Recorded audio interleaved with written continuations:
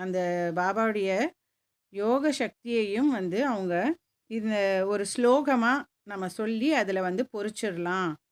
அத வந்து ஒரு கல்வெட்ட நம்ம பண்ணிடலாம் அப்படின்ற யோசனையும் வந்து உபாசினி மகாராஜ் வந்து குடுத்தாரு. இப்ப அந்த ஸ்லோகம் என்ன அப்படின்னா, "சதா நிம்ப விருக்ஷஸ்ய மூலாதிவாசாத் சுதாஸ்திராவிணம் திக்தமப்யப்ரியம் தம் தரும் கல்பவிருக்ஷாதிகம் சாதயந்தம் நமாமீஸ்வரம் சத்குரும் சாயிநாதம்." இப்போ இதனுடைய அர்த்தம் என்ன அப்படின்னா, நான் சாய்நாத் பிரபுவ வணங்குறேன்.